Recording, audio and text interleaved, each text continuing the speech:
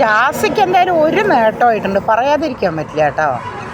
ആണുവേഷത്തിൽ നടന്നപ്പോൾ ആരെങ്കിലും പോയി കെട്ടിപ്പിടിച്ച പൊട പട്ടി എന്ന് പറഞ്ഞിട്ട് തള്ളിക്കളയില്ലേ. ഇതിപ്പോൾ പെണ്ണിൻ്റെ വേഷം രൂപം കെട്ടിയിട്ടാണെങ്കിൽ എല്ലാ പെണ്ണുങ്ങളിലും കെട്ടിപ്പിടിക്കാൻ കിട്ടുന്നുണ്ടല്ലോ അവന്. അത് തന്നെ വലിയൊരു നേട്ടമല്ലേ ജാസിക്ക്. കല്യാണം കഴിച്ചിട്ട് ഒരുത്തിൻ്റെ കൂടെ ഇരുന്നാൽ ഒരുത്തിൻ്റെ കൂടെ കിടക്കാനും ഒരുത്തിനെ കെട്ടിപ്പിടിക്കാനല്ലേ പറ്റുള്ളൂ.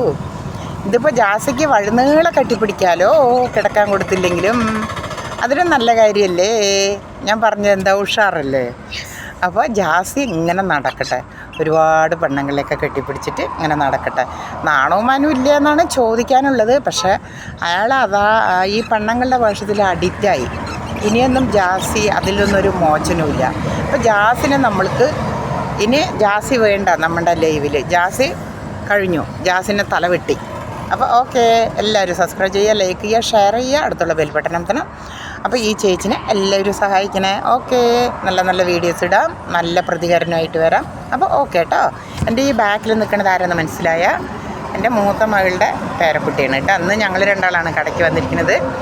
കടയിൽ വലിയ കച്ചവടമൊന്നുമില്ല. ഞാൻ ഞായറാഴ്ച കുംഭമേളയ്ക്ക് പോകുന്നുണ്ട്, മലപ്പുറം ജില്ലയിൽ കാണുന്നുണ്ട്. അപ്പം നമ്മൾക്ക് ഇടയിൽ വീഡിയോ ഒക്കെ ഇടാം, കുംഭമേളയിൽ വെച്ചിട്ട് കാണാം കേട്ടോ. അപ്പോൾ ഓക്കെ, ബൈ.